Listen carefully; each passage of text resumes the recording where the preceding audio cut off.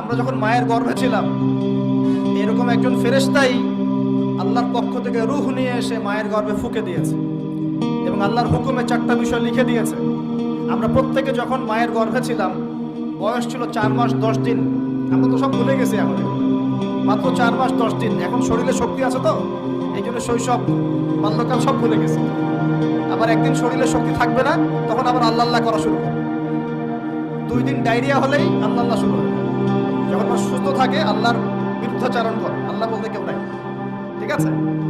তো ওই ফেরেশতা লিখে দিয়েছেন 4টা জিনিস আল্লাহর পক্ষ থেকে। 1, সেই ব্যক্তির হায়াত কতটুকু হবে। 2, দুনিয়াতে রিজিক পাবে, কি কি রিজিক পাবে। 2 নাম্বার, তার কাজগুলো কি কি হবে, দুনিয়ায় কি কি কাজ করবে সে। আর 4 নাম্বার, তার সৌভাগ্য, সে সৌভাগ্যবান হবে না দুর্ভাগ্যবান হবে, মানে জান্নাতি হবে না জাহান্নামী হবে। এটা লিখে দেওয়া হয়ে গেছে। এখন এরকম 8 জন বড় বড় ফেরেশতা আল্লাহর আরশটাকে ধরে রেখেছে। আর আমরা বলছি কুরসির কথা। এই কুরসি আসমান জমিকে ঘিরে আছে। আর আয়াতুল কুরসি যে ব্যক্তি তেলাওয়াত করবে, ইনশাআল্লাহ তাআলা আল্লাহর পক্ষ থেকে একজন ফেরেশতা তাকে সারা রাত পাহারা দিবে।